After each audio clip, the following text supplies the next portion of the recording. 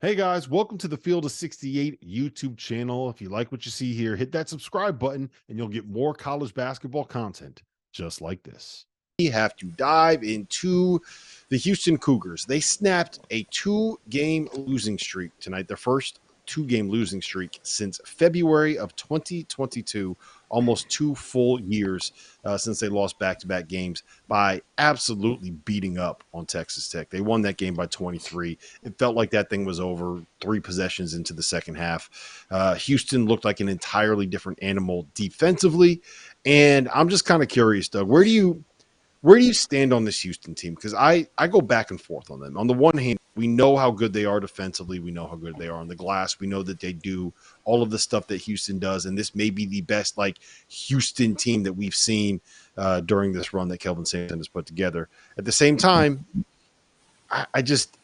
it's hard for me to wrap my head around a team that wants to win games by getting offensive rebounds and forcing steals, being in the same conversation as some of these other national title contenders.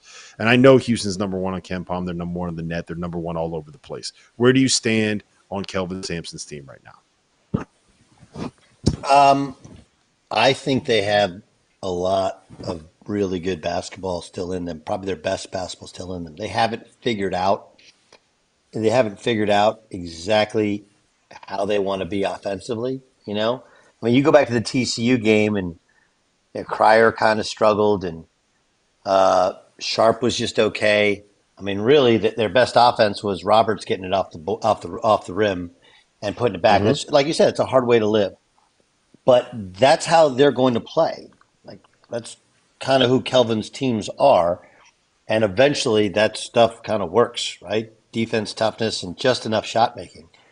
I thought when he got I thought there was a lot of good actually you could take from the TCU game, having Damian Dunn come in and play as well as he did. And then it kind of all came together tonight.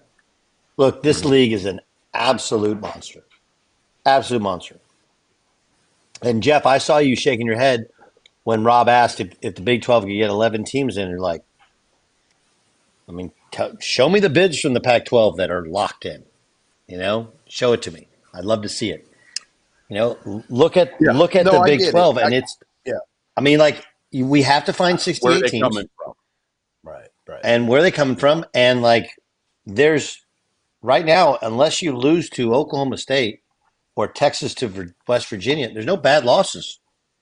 Only good wins. No, literally, only good wins. Texas tonight. Again, you lose at home to UCF. That's not going to help them. They're going 17-point lead. They might get a first 4 bid at the end of the day. I could see them getting 10. I think 10 is probably the number we're looking at for the Big 12 at the end of the day. Just because I think they're going to knock each other out towards the bottom there.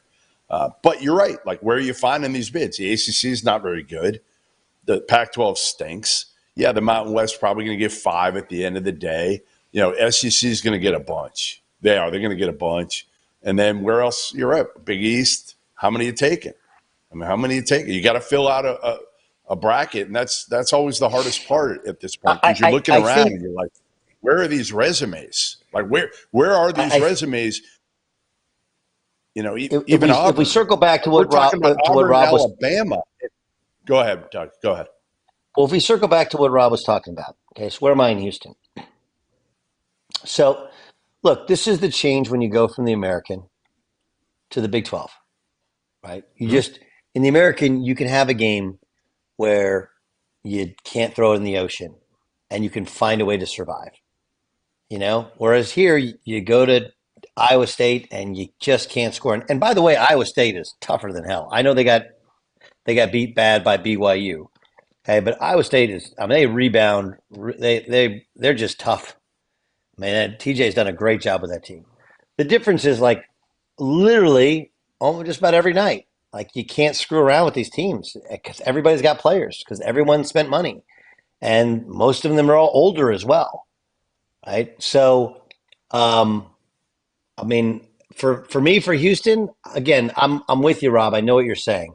They got to figure out a little bit more offense if they want to win in March. The defense usually carries you through the first weekend. They got to get Cryer going. This is like been 2 weeks now. I understand, but it's in the Big 12 where everybody knows him, right? He's at the top of the scouting report.